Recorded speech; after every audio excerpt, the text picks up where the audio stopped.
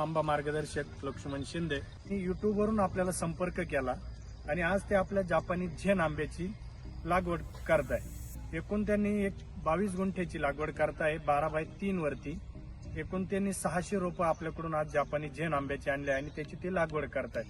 पूर्ण नाव प्रवीण भाऊ, पूर्ण नाव आणि गाव म्हणजे शिर्डीपासून फक्त 40-50 किलोमीटर वरती आणि राऊरीपासून 8 किलोमीटर वरती हा टाकळी मिया म्हणून गाव आहे. ते भाऊंनी आज आपल्या जापानी झेन आंब्याची लागवडीला सुरुवात केली, जी पहिले पारंपरिक शेती करीत होते.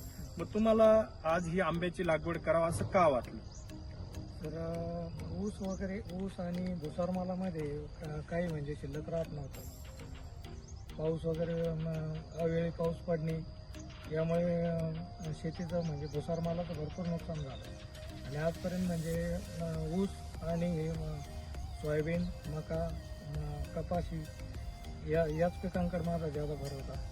पण कालांतराने म्हटलं काहीतरी चेंज करून बघावं. या मालामध्ये म्हणजे ऊस आणि हे पारंपरिक शेती झाली होती, तर काहीतरी नवीन करण्याची इच्छा होती.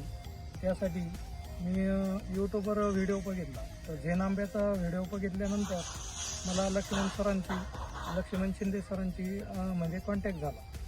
तर त्यामध्ये मला त्यांनी भरपूर काही मार्गदर्शन केलं का बा झाडाचं वगैरे लागवड कशी करायची, रोपाचं हे काय, रोपाची सगळी ट्रीटमेंट वगैरे असं म्हणजे त्यांनी भरपूर मार्गदर्शन केलेलं आहे. आणि ही व्हरायटी 1 वर्षाचा आत फळ येतं, तर यासाठी त्यांनी पूर्ण डिटेल दिली आणि प्रॅक्टिकल बी दाखवलं का झाडाला 1 वर्षाच्या आतच फळ येतं. धन्यवाद प्रवीण भाऊ. बघा प्रवीण भाऊ, जर साधारणतः 1 एकर ऊसाची लागवड करायची असेल तर किती खर्च येतो पूर्ण लागवडीपासून तर जाईपर्यंत साधारण 70 ते 80 हजार रुपये खर्च येतो एका एकराला. 1 एकर. आणि साधारण किती टनेजने हे निघतं ऊस एका एकरामध्ये? आता तसं पहिलं सुरुवातीला आमचे 70-80 पर्यंत निघायचे, पण रासायनिक शेतीमुळे साधारण म्हणजे आता 30-40 ची रेंज आलेली आहे. म्हणजे 40 ते 50 टन माल जर निघाला तर साधारण तो काय भाव मार्केटमध्ये हायस्ट रेटनी जर विकला? जरी विकला तर 3000 रुपये. 3000 रुपये म्हणजे तुमचे झाले 1.5 लाख रुपये साधारणतः एका एकरामध्ये. आणि ऊस किती महिन्याने जातो आपला कारखान्याला?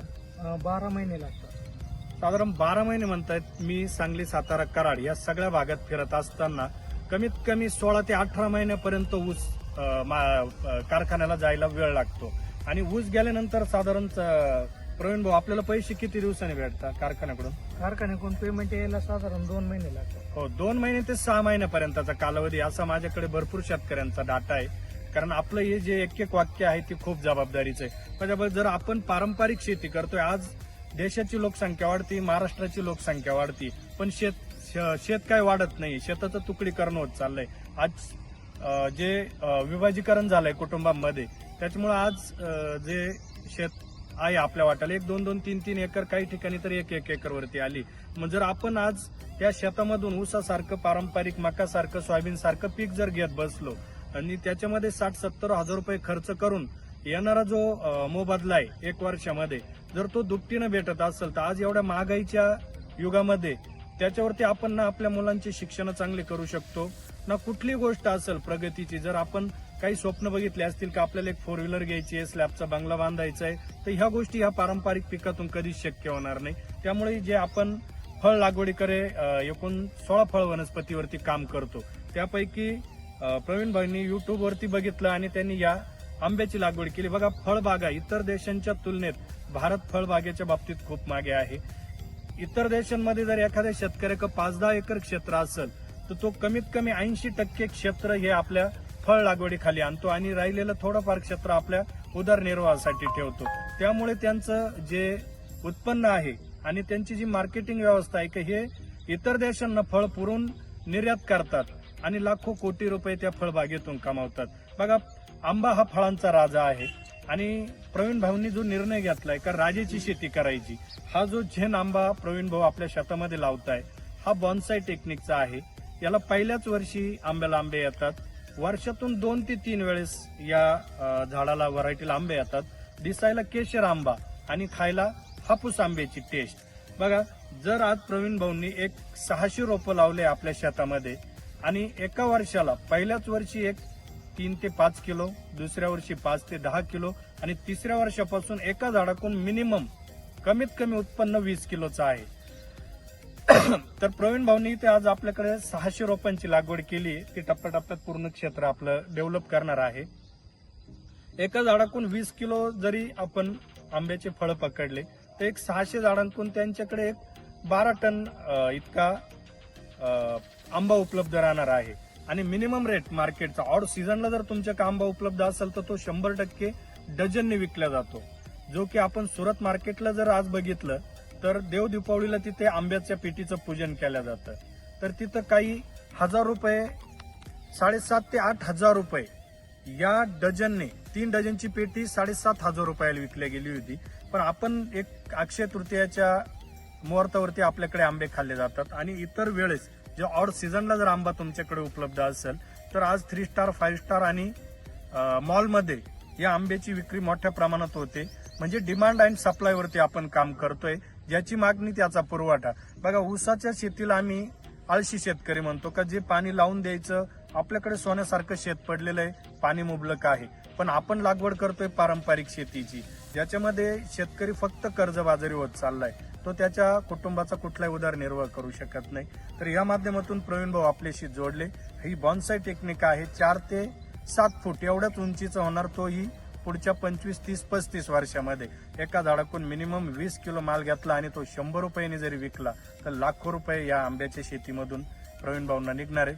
पुढच्या टप्प्यामध्ये आपण जे प्रत्येक महिन्याला प्रवीण भाऊच्या बांधावरती येऊन यथोचित मार्गदर्शन करणार आहे. त्याची छाटणी कशी करायची, कारण ही आधुनिक व्हरायटी आहे. याच्यावरती 100% काम करावंच लागतं या आंब्याच्या झाडांवरती. पहिले असं होतं, झाड लावलं, एका गुंठ्यामध्ये एक झाड असायचं आंब्याचं. मग ते डेव्हलप व्हायचं, त्याच्या पद्धतीने त्याला फळं यायचे. पण आता ऑड सीझनला येत असल्यामुळे याची मोर सेटिंग करण्यापासून तर आंब्याला जे मुख्य रोग असतात, मुळकूज असेल, खोडकीड असेल, हे जे आजार आहे हे येऊ नये त्यासाठी आपण प्रिव्हेंटिव्ह काम करतो. आणि आपण शेतकऱ्याला फक्त रोपटं देत नाही तर ते पूर्ण डेव्हलप करून द्यायपर्यंत, त्याला फळ येईपर्यंत शेतकऱ्याच्या सोबत असतो. म्हणजे आपलं मुख्य विजन आहे की शेतकऱ्याच्या डोळ्यातलं आसू पुसायचं आहे आपल्याला. आणि जी फळाची शेती प्रवीण भाऊंनी सुरुवात केली, मी त्यांच्या भावी वाटचालीसाठी खूप खूप शुभेच्छा देतो. त्यांचे खूप खूप आभार व्यक्त करतो की त्यांनी आजच निर्णय घेतलाय फळबाग लागवडीसाठी. पुढच्या 30-35 वर्षामध्ये जे शेतकऱ्याचे मेन लिकेज आहे की रोटर, नागरटी, कुठलंही पीक 4 महिन्याचं काढलं का परत रोटर मार, नागरटीकर, याच्यामध्ये खूप भरमसाठ पैसा शेतकऱ्याचा चाललाय. तर ही सगळी शेती त्यांची बंद होणार आहे. दुसरी गोष्ट, प्रवीण भाऊ हे फक्त ऑर्गॅनिक शेती करणार आहे. ते आपण सगळे ऑर्गॅनिक ट्रीटमेंट त्यांना देणार आहोत.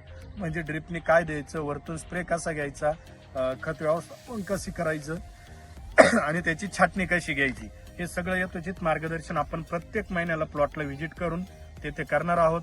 मी पुन्हा एकदा प्रवीण भाऊचे खूप खूप आभार व्यक्त करतो आणि त्यांना पुढील कामासाठी खूप खूप शुभेच्छा देतो.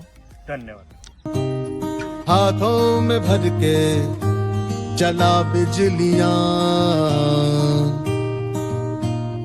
कांधे पे सूरज टिका के चला तू, हाथों में भर के चला बिजलियां, तूफान भी सोचे जिद तेरी कैसी, ऐसा जुनू है किसी में कहा, बहता चला तू, उड़ता चला तू, जैसे उड़े बेधड़क आंधिया, बहता चला तू, उड़ता चला तू, जैसे